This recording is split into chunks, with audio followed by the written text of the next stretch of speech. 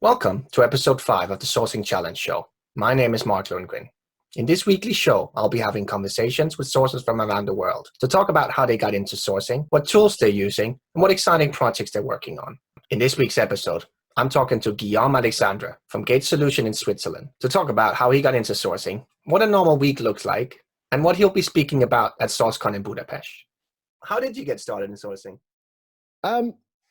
I think just like everybody who started in sourcing, or most of us, was through struggle. So back when sourcing was not called sourcing, so 2006, I arrived in Switzerland, and my job was to find SAP people. I was only doing SAP, only permanent positions, only in Switzerland, and 5 big major competence centers was opening up.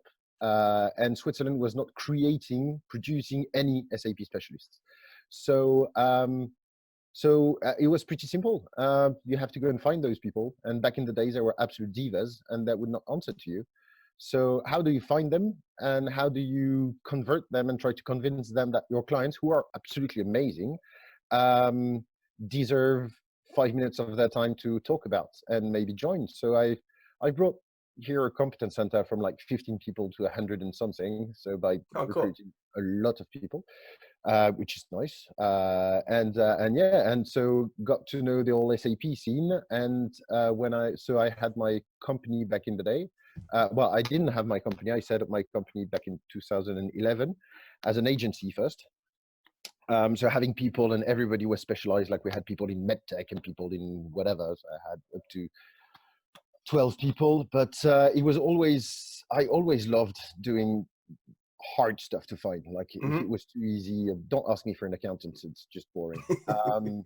So finding how to find people, cybersecurity guys, IT, but also engineering, and also surprisingly enough, the watchmakers were super hard to find. Okay. Because what do you do when you have a guy who is behind a desk with no computer, polishing tiny stuff all day long, hasn't got a computer at home, doesn't look at adverts, doesn't reply to anything? How do you get hold of them? And the answer was Facebook. So I think the big moment where I actually started calling sourcing was the first ever Sourcing Summit Europe, where I got a free ticket because they were asking like, set up, give us like amazing, crazy sourcing challenges that you have, and we'll see if Irina Shamaeva can solve them live. I was like, Irina trying to solve one of my problems? I've got many problems. So I submitted a few and got picked up, got a free ticket, and I was in that room with about, I don't know, not even 100 people. And I just found it was just a haha moment, one of those moments in life where you have a guy called Balázs Paroksai who comes on stage and says, this is Facebook, and this is how the graph search works, and now you have access to 500 million people. And I was like, okay, so that's definitely something different. Something I was already into the Boolean and reading Boolean black belt, Glenn Cassie's blogs and everything. And I thought that is definitely what I want to do. That's cool. That's geeky, and I'm not shy to say that I am definitely geeky. There are lots of things that needs to be done. It's an absolute blank field, or pretty much, because it was really the beginning of the beginning. And so I jumped 2 feet in. Still had people in my company. And I realized that I was not having fun with having people around me, like being a manager. Because when you have 12 people in a company, you manage people. You've got KPIs and you've got all that. And I was just, that part of the job was not making me happy at all. And through, and I was going to true events like True Paris and all that.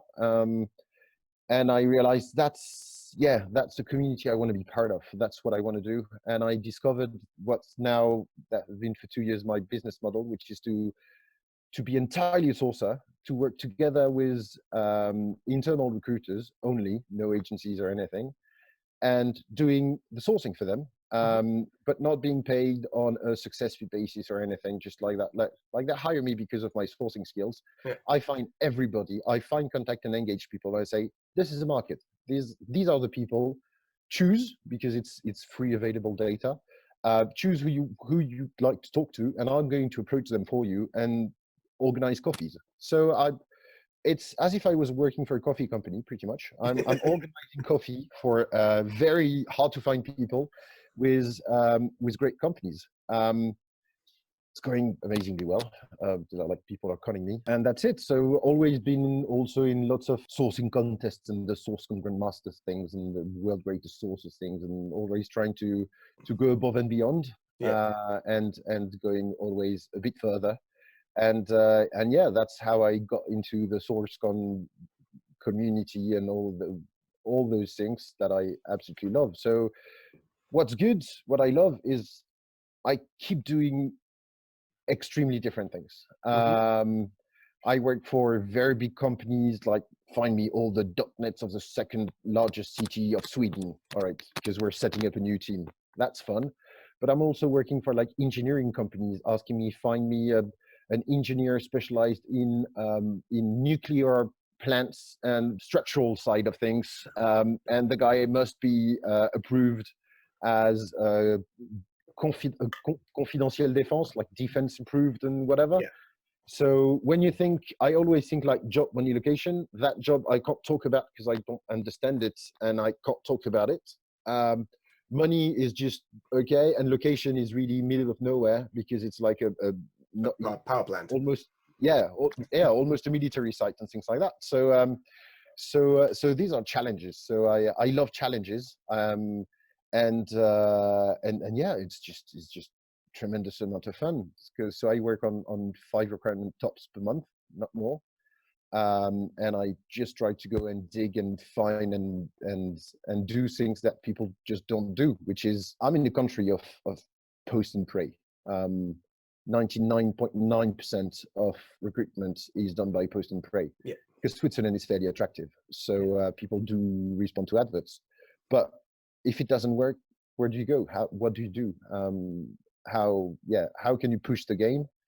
So yeah, how is, I mean, you've worked in France, obviously, and now with Switzerland, and you work with a lot of different countries. How is Switzerland different, and how would, if companies are coming into Switzerland, how would they need to do things differently from a kind of sourcing point of view? From a sourcing point of view, the way you have to see in Switzerland is we've got an extremely limited amount of channels where you can post. Like, there is like one job board, which is represent like 90% of the business, plus Indeed and Google, all that. But it's a very extremely traditional way of doing things on one hand. And it works in communities. Like, you've got the expat community, the international expat community. We're talking about, the whole country is 7 million people, but it's actually divided 65, 70% of the German side of Switzerland, which is an entirely different country. So if you're talking not only about the French part of Switzerland, we're talking 1.5, 2 million people, divided in 3, 4, 5 major cities, Geneva and Lausanne being the big ones. So everybody know each other, but still they connect in different ways. So in a sourcing point of view, I love what I call behavioral sourcing. Where do people hang out? Because they don't do. There are a few tech meetups, for example, that you can go and scrape, but it's a lot. There are some Facebook groups. There are very few people on Twitter, for example. But when you do manage to get hold of, sometimes I get hold of the mailing list, and this is just like tremendous, because people don't even bother, they just CC each other and you've got the whole list there. So I'm just trying to focus on where the people are, how do they interact together, and how to get into this. And the fact that there isn't a lot of noise on LinkedIn, for example, because not a lot of people tend to stand out, or actually trying to do things differently on all those channels, it is fairly easy to be seen. And when you contact people, it happens to me very often that people tell me I'm not connected to them. I don't know who they are, but they say, I've heard of you. I've seen your posts because somebody liked it, and because there is not a lot of activity on LinkedIn, or much less than other places. It's easy to make noise if you make the right noise the right way to the right people. So it's you have to understand the people. You must not go crazy like a cowboy and try to, I don't know, do things mass mailing and all that. And because nobody is shaping their emails in the proper way here, well, very, very few people. When you send emails to Swiss people, being what sources have been telling everywhere for several years, it does really make a difference. Like it's great because people keep thanking me for doing my job, and this is really pretty nice. And yeah, I don't know. It's really a village where everybody does the same things, has been doing the same things for the past 30 years, and the fact that you do things differently makes a massive difference, and people do tend to take it very positively. That's good. What's some exciting things that you're working on now then? I'm all about. I'm lacking data. The data that people put online is fairly limited. They tend to not fill their LinkedIn profiles, for example. So I've got LinkedIn profiles. That's not a problem. They're empty. So my whole thing for the past month and for the following months, and that's actually one of the things I'm going to talk about at Sourcecon in Budapest, is how to search LinkedIn without entering a single keyword. Because if you do start relying on keywords, you're lost, because you're relying on the fact that people put information there. Yep. And this is a wrong statement, because if you do, if you're looking for Java developer and put Java developer, you're going to call the same as any monkey anywhere, as right. But if you start looking at Twitter and just gathering names and scraping names and trying to enrich the data, so I'm a lot using. I love using different systems and APIs and lots of things like that. And then I just end up knowing exactly, because I found their I found a tweet which brings me to their GitHub, so I know they're good. I'm going to keep, because it's Switzerland, and when I'm working in Switzerland, I'm going to keep LinkedIn as my first point of contact. Because it's like professional, it's clean, it's like all that. But I don't come to them saying, you've got a nice profile. I'm going to tell them, your profile is absolutely empty, but I've seen this. I know who you are. I know who you hang with. Yeah, I love scraping followers of people on GitHub, for example, because what I realize is, if you go to GitHub, you find one guy, and one of my big things is what I call mushroom picking. Yeah. If you go picking up mushrooms, every time you find one mushroom, there are many mushrooms around. And I want to make sure that next to my mushroom that I managed to find, what's around. So scraping all the followers, the followees, who follows that person, be that on any social site they are. And then I say, well, let's be honest, if you are part of a meetup, even if you're just a member and you're following that guy, you're definitely on the same technology as the guy. There is a high chance. Yeah. So I can say, and when I contact them, I say, well, I see you're in this meetup. I see you're following that guy. Do you happen to be that type of developer? Yeah, I mean, but you justify why you're contacting them. You're not just blindly saying it's like, since you are, like we all get those emails, since you're a good Java developer, like all recruiters who's ever recruited in Java get those from other recruiters that haven't actually looked at our profile. But you're just honest about, like, I think you are what I'm looking for. This is why, and that's the difference. Exactly. And I'm doing a lot of work towards the people I work with. I create my own theories, but that's what I call the Baker theory. They keep telling a Java developer on the advert that, just like a baker, we're looking for somebody to put flour together with water, together with yeast, and wait and stick it in the oven. I'm saying, They don't care. Like, they're already doing that. Explain me why I should come and work in your bakery. So explain me why should someone come and work in your company. And it's very funny, but sometimes I go to intake meetings with managers, because I always do myself the intake meeting with the managers, and sometimes they invite me to come in. I just take the job description and I just do that in front of them. I say, I don't care about that. And it's extremely shocking for them, extremely shocking. And I say, now talk to me about the job.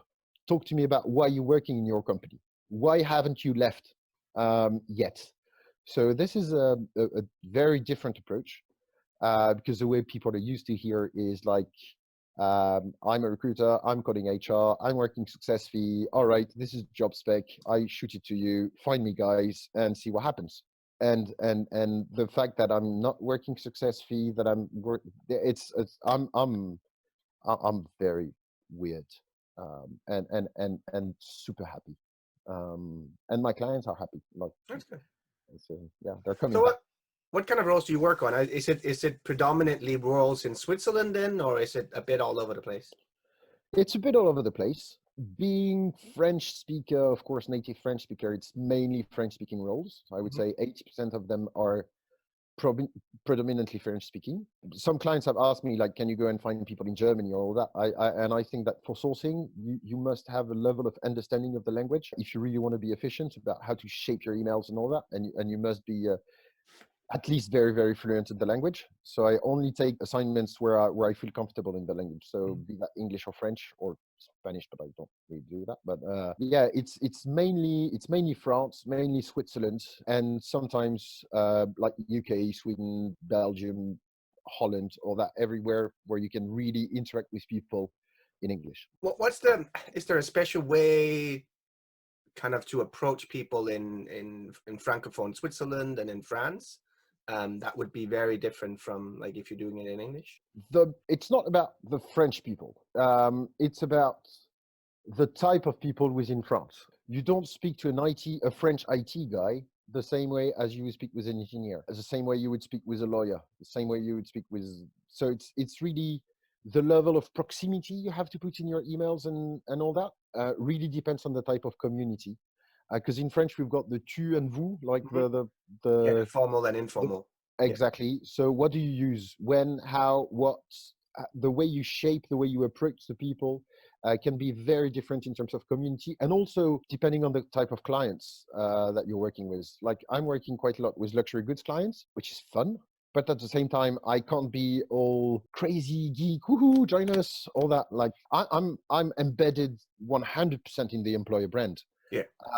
So if the employer brand has decided to distantiate themselves from the candidate, it's also my job to keep that distance, even though I do make it much shorter than they're used to.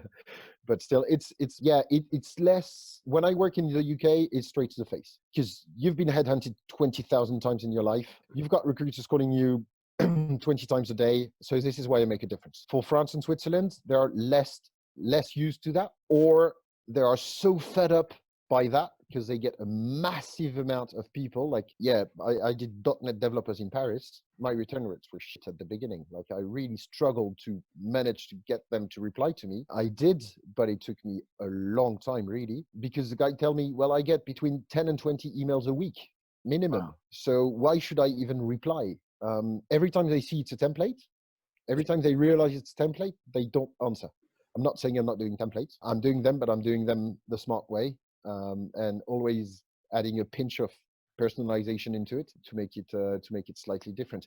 Every time people see it's a sequence of emails in IT in Paris, they don't respond. Very, very careful on all that. So quite fun stuff. You were speaking about your talk in Budapest. Tell me a bit about what you're going to be touching on there. Yeah, I'm really going to be talking about how to enrich data through APIs. So step one is to be able to scrape, of course. So where do you go and scrape a large amount of data? Why? What do you do with that data? And how can you either use it and search in other places and use things that are not APIs, but for example, I'm using Amazing Hiring by just sticking names into it and not skills or anything, not using the search functionalities as search functionalities, but really trying to say, all right, you've got a lot of data in your database. I want to know all about that, and I want to find all those guys. And then using other ways to, it's also gross hacking and lots of things like that. But I find names. I want to automatically stick a system that will give me all the LinkedIn profiles of those guys. I've got that. I want to know, I'm going to try to enrich and find a Twitter account, and I'm going to try to stick it into the GitHub API and see, have people got a matching name? So I've got their GitHub automatically. If I know if I have GitHub, I have their direct email address. So trying to enrich that data through different means and trying to find information about the people, starting with one tweet, the fact that they belong to a meetup, and doing that in very large numbers. Because what do you do with a meetup of 2,500 members? Where 50-60% of them are absolutely irrelevant. You're not going to stick every name one by one in every system to try to see what's happening. Nope. So it's doing things by big batches. You do lose quite a lot of names in the process, but in the end, you've got LinkedIn profiles, because I like contacting people on LinkedIn again, of people, and they're good for other reasons than the fact they've got keywords in their LinkedIn profile. Yeah. So it's slightly technical in one way, because you take things, you input into a system, you scrape that system again, and then you input it into another system, and then you use that information and you scrape it again. So it's a back and forth of scraping, cleaning the information that ends up in giving you very, very good information in the end. And you can do that at once on 100, 200, 300, 400 people. I usually lose about 30-40% of them. Okay. But in the end, you still have hundreds of people who are potentially good. So yeah, so I'm all by myself. So if I go and pick my mushrooms one by one, it's going to take me a lot of time. That's true. That's true. I'm talking about tools as well. What's the kind of tools that you can't live without? Data miner, LinkedIn Recruiter, just not. I think everything I do, I could do in a free LinkedIn, but the fact that I've got LinkedIn Recruiter, I can really focus and organize my work and know exactly where I am and have information about everything. So yeah, don't take that away from me. Excel is very important tool. Like without Excel, I would be lost. Yeah. And yeah, I'm using lots of different systems after that, but it keeps changing. Like as extensions, they come and go, and they work, and then they don't, and then all that. But I wanna know all the tools always, and then I don't use them all for sure. So yeah, quick extensions like bulk URL openers. When you start scraping and you've got long list of people, like I found people, I've managed to find their LinkedIn's, but we're talking about 200 people or 100. I don't want to click every single one of them, so I'm going to open 15 of them and then just clean very quickly. So and see who's interested and who's not. So yeah, I think that's it. Don't take away data miner from me. I've got HubSpot. I've got the Output Hub also. Yeah. But data miner, once you know how to create a recipe, then it's just everything is just one click away. I remember Outwit Hub. You were one of the ones actually using that like last year or a couple of years ago, and then I stopped hearing about it because everything went to data miner. Yeah, exactly. It's everything you're doing in data miner, you can do it with HubSpot. Maybe even better because you can really go into parent, like visiting a page and scraping information and all that. But the time it takes to create everything was quite a lot compared to data miner, when it takes me less than 5 minutes to create a recipe. And then I just know where I'm going, and I'm just thinking, yes, just inputting everything and just click, and that's it. I've got my CSV and my Excel and all that. Yeah, I love grabbing a lot of information. The way I see things is using a lot of data and only contacting a very small amount of people who are absolutely perfect. And I start caring about the people when they are in a manageable pool of people. And that's where I'm really going to spend time understanding who they are, and shaping my emails and unlocking their Facebook before I start calling them, because I want to know. I'm not going to approach somebody who is in all the groups of I don't know, you love hiking and everything. Well, you love hiking, you're in Paris. Wow. I've got a job in Switzerland, so definitely my emails is going to touch right on that. And all those things, trying to understand the people's interest without letting them know that I know that, of course. But yeah, of course, if I see somebody who likes, I don't know, discos and parties and rave parties in Paris, and I've got something in a small valley in Switzerland. Neuchâtel in Switzerland, and yeah. Yeah, exactly. Oh yeah. There are other ways to say it. Yeah. Okay. What's a typical week look like for you then? I try to take. I think it's Google who says 80-20. Which is 80% of the time you produce and 20% you try to learn and grow and everything. So I think it's about that. Like 80% of my time, I the way I work, I dedicate half days to each sourcing assignment I've got.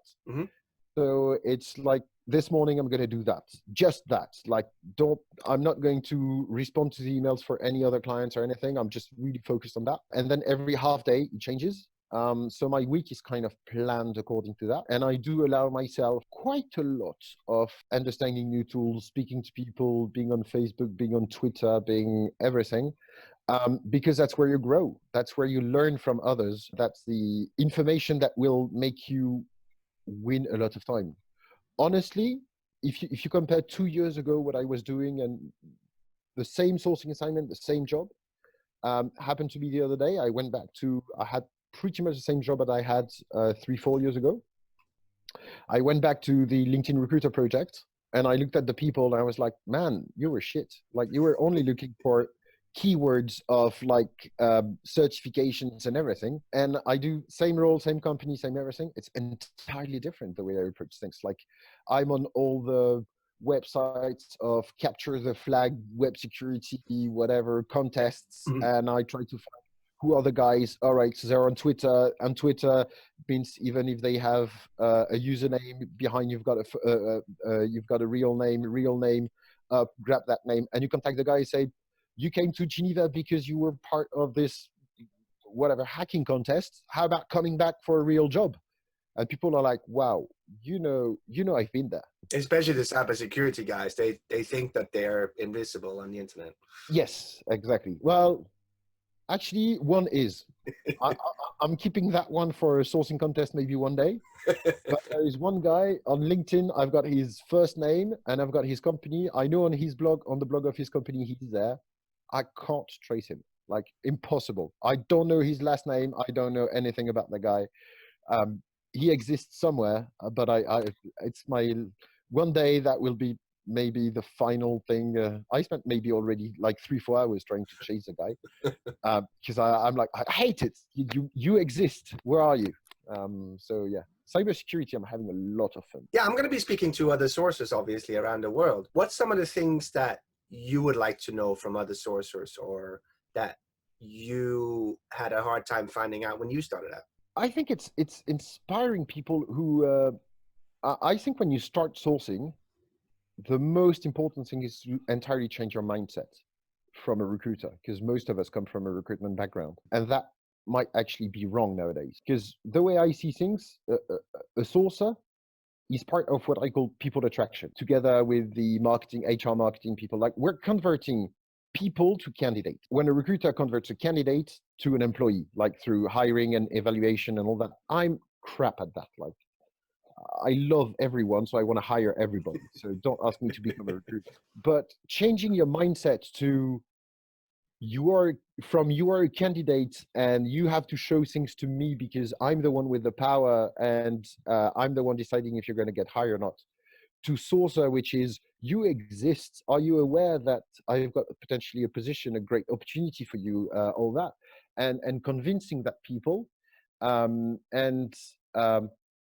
think there are two aspects to sourcing, which is the technical side, finding the data, and then the engagement side of things, how to get people to respond to you. I think if you want to go into sourcing, finding the tech stuff, fairly easy.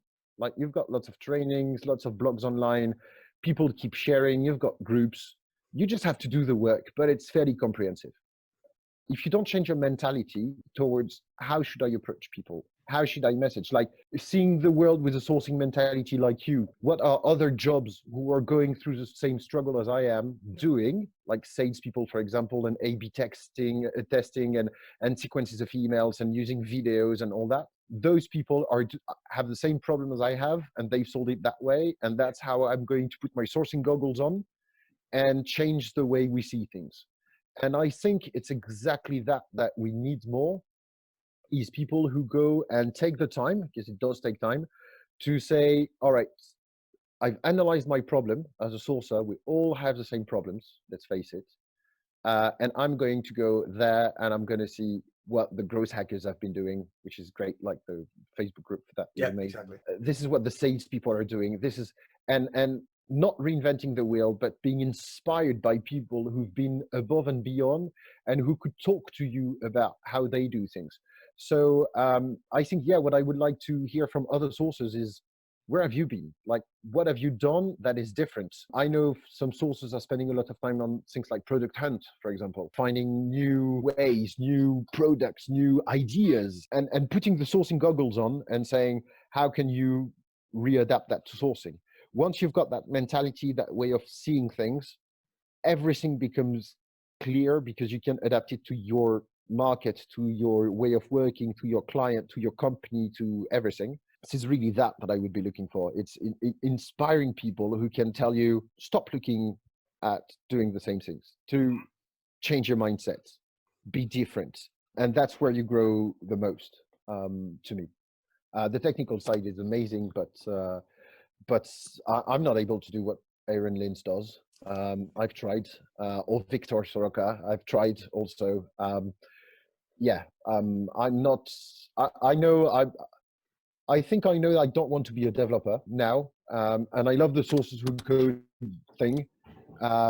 Thing is, I'm more interested in what would my code need to achieve on the other side of the world to do that for me. Do the code and give the code back to me, and I'm going to use the tools. Because in the end, all sources will be replaced by AI at some point. So it's about how to be smarter than technology and how to use the technology as much as possible and in the smartest possible way. And the thinking process behind it, that makes you grow the most. You started you started posting more on your YouTube channel this year. Yes. And I think you've come out with 3 or 4 episodes now. Tell me a bit about that. What prompted you to do that, and what has response been? Why did I do that? That's a very good question. I don't know, because I set up my company because I didn't want to go anywhere else. I moved to sourcing because nobody else was doing it the way I wanted to do it where I was. I'm doing videos for the exact same reason, because I don't see a lot of videos that I'm actually interested in that would give me like a very quick information. Because I spend a lot of time, I spend 20% of my time understanding what's out there. Why not sharing it? I started a blog, a written blog, like last year, and just I start a new article and it takes me too long, and things get outdated very, very fast. So when I read the blog post I wrote 18 months ago, I'm not even agreeing with myself anymore, because things have changed and there are other things and all that. So the fact that it's very quick to do, and I'm just giving, my main plan is to have absolutely no plan. I don't care. I'm not doing that to bring me business. I'm not doing that to bring me anything. I'm just sharing to the community the way I'm organizing through Geneva, spending a lot of my personal time, just because I think you have to give and see what goes around comes around. So for my videos, I was absolutely amazed. Like the GDPR video I made, which is like, you've got articles everywhere on the web about but it's articles. Very few sourcers or recruiters are talking about what do we think it's going to mean for us. And my video was really like 3 or 4 minutes, just saying, you're in deep trouble. This is what's going to happen. It's going to cost you a lot of money. So either you move or you don't, but on the 25th of May, it's there. So this is what are the implications very quickly. There are 2 main principles, and that's it. Like, really, I had 80,000 views on LinkedIn, which is tremendous. Like, if you look at the peak of views on my profile, it's crazy. I'm giving classes to master's degree here, and one of the teachers came to me and say, "Oh, I've seen your video about GDPR and it was great." I was like, how can you, we're not even linked. So it spreads crazy. I just need to find subjects to talk about. And when I've got something that's catchy, that, what is interesting to me, I'll just talk. But lots of people have been asking me, are you going to do that like every week, every 2 weeks? I don't know. If I see a cool information that I want to pass on, I'll just turn on the camera. Well, it's actually my phone, so it's not even a camera. I just stick my phone. I just talk about it very briefly. It takes me like between 30 minutes and an hour to do a quick episode, like all done, ready to post. And that's it, done. But no plan. There is no why. I don't know why I'm doing that. I'm not trying to achieve anything. There is no point. It's just there. I'm in a country where not a lot of people are talking. Like, they keep their secrets. Secrets in Switzerland go very well together. It's what they're known for, that and Dublin. Exactly. And watches, but they keep a lot of secrets in watches, and I'm not like that. I'm like, you know what, we're all in this together. You want to know what I know? I'll have other ideas. Steal my ideas. I know lots of people are stealing them. It's fine. I don't mind. I don't care, honestly.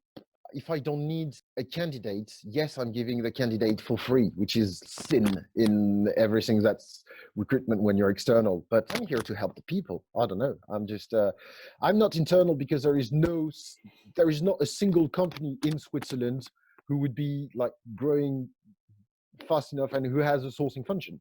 There is no company. So there is no job for me here. So I'm just creating my own stuff. And this is who I am, just being open, being honest, being together with the people. I'm sure lots of people don't like it. I know some people like it. That's enough for me. If people want to follow you, Guillaume, where can they best find you and follow you and the things that you're working on? If they Google me, they should find me. That I'm when I give classes to masters, like, I show them how this is how the system looks at you and all that. And I've got all the right keywords in all the right places. If you're just looking for a sourcer in Switzerland, my name should pop up in first. If not, like, if you want to hide a dead body, hide it on page 2 of Google. Nobody ever goes there. So I'll be on page 1. So be that my name. I'm a lot, for the French speakers, I'm quite a lot on Twitter. Just once again, because nobody here is on Twitter, so I'm entirely free and I can say all the silly things I want to. No filter. Yeah. So LinkedIn, of course, Twitter, then everywhere else. But I'm like, anybody who Googles me will find me. Just never assume that I will call anyone. I don't do business development. I haven't given a single call in the last 3-4 years, and I'm not going to do that. I'm not a sales guy. I don't know. Just come. Otherwise, yeah, if people from Switzerland are listening, I know the whole, there are not a lot, but come to True Geneva. It's a fun day. So it's on the 17th of April. Otherwise, Sourcing Summit in Munich, I'll be there. I'll be in Sourcecon Budapest. I'll be in Amsterdam, of course. I'll be in London, Sourcing Summit UK. True Paris, also 24th of April. So I'm doing the whole conference show and everything. So they should find me, honestly. If they're looking for me, they just, look for me. That sounds good. Thank you very much, Guillaume. It was a pleasure. It was a pleasure. Thank you. Bye-bye. Thank you all for watching. I'll be back next week with a new sourcing conversation, this time from the Netherlands, where I'll be talking to Smille van der Toorn from the company Pokey.